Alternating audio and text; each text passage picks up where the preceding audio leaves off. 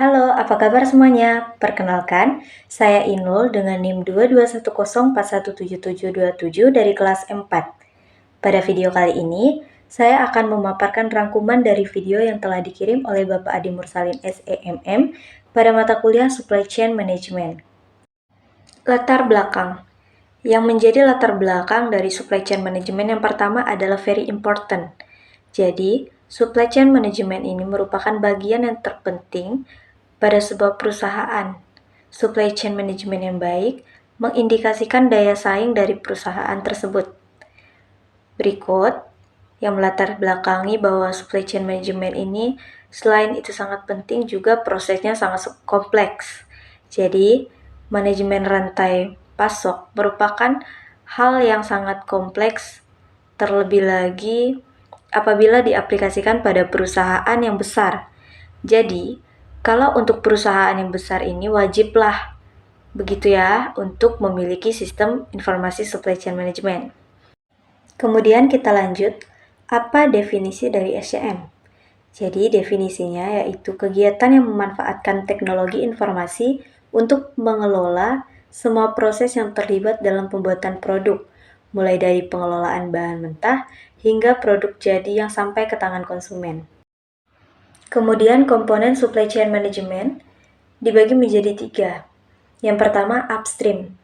Upstream itu sendiri dari pemasok atau dari supplier yang memasok barang mentah juga perlu pengelolaan manajemen pasokan dari luar perusahaan berupa barang baku untuk digunakan di dalam produksi.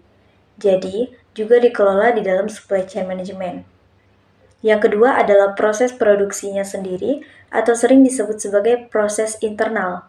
Jadi, merubah bahan baku, kemudian diproses menjadi bahan setengah jadi, bahkan jadi, kemudian itu barang siap diproduksi yang bisa diterima oleh konsumen.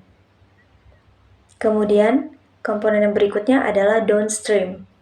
Jadi, proses bagaimana mendistribusikan produk tersebut hingga sampai ke tangan konsumen melalui distributor. Selanjutnya, stakeholder supply chain management. Jadi, siapa sih yang terkait di stakeholder atau orang-orang yang terkait? Yang pertama adalah supplier, karena dia yang memasok bahan mentah untuk diproses manufacturing, ya dimanufaktur. Kemudian, pabrik menyerahkan produk jadinya ke distributor, distributor kemudian mendistribusikan produk jadi itu ke pedagang retail, dan dari pedagang retail itu tentu saja barulah ke tangan konsumen. Jadi ada supplier, manufaktur, distributor, retail, dan konsumen. Kemudian fungsi SCM.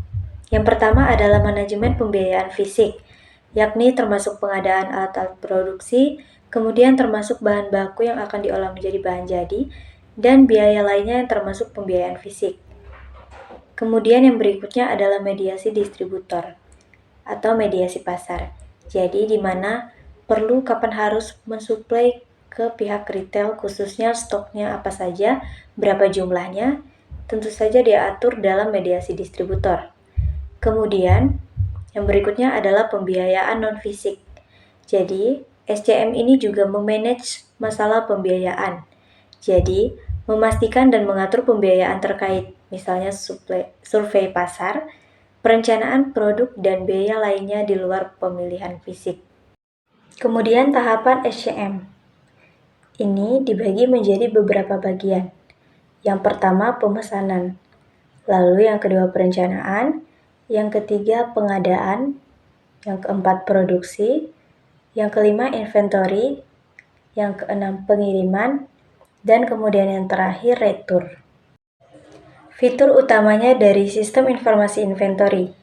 2 contoh aplikasi di dalam supply chain management. Fitur utamanya yang pertama misalnya barcode manajemennya. Jadi mengolah inventaris dan melacak pengiriman serta penerimaan barang di berbagai tempat secara akurat dan cepat. Jadi bisa dari misalnya barcode pengiriman jadi, bisa menginformasikan posisi dari barang tersebut. Kemudian yang kedua, load and serial number tracking. Menghasilkan dan melacak nomor seri serta nomor lot secara otomatis untuk melacak produk yang ada di gudang. Kemudian ada misalnya modul Stock Request Management, mengelola permintaan stok dari seluruh cabang toko atau gudang secara approve yang otomatis. Jadi, menyediakan informasi kebutuhan di masing-masing toko. Kemudian inventory forecasting, yang mengestimasi jumlah stok barang yang harus disediakan dalam periode tertentu.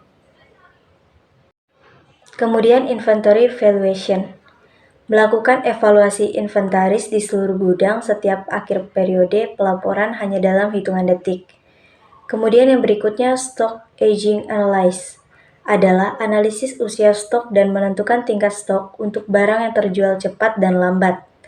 Jadi, mengetahui produk-produk mana yang paling laris dan tidak begitu laris, sehingga mungkin bisa diatur penjadwalan produksinya maupun jumlah produksinya. Manfaat informasi pengadaan. Yang pertama adalah keterlacakan penuh, yakni produk yang akan masuk ke gudang dapat terlacak dengan mudah dan notifikasi muncul ketika pesanan terkirim dan diterima. Selanjutnya, manajemen backorder mudah, yakni pelacakan pengiriman dan pembayaran barang dari vendor disesuaikan dengan jumlah barang yang sudah diterima.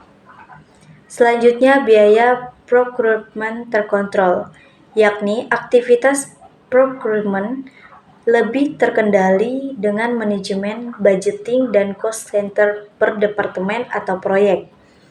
Dan yang terakhir, pembayaran tepat waktu, yakni notifikasi otomatis untuk invoice dari vendor yang belum dibayar untuk meningkatkan efisiensi procurement.